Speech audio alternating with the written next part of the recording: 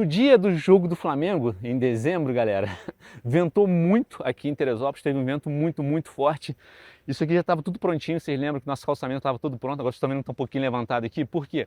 Porque tinha aqui uma árvore do lado desse poste e o vento foi tanto que derrubou ela inteira. A árvore caiu inteira, inteirinha aqui e as raízes saiu rebentando ali os fios da luz, entortou o poste, levantou o paralelo.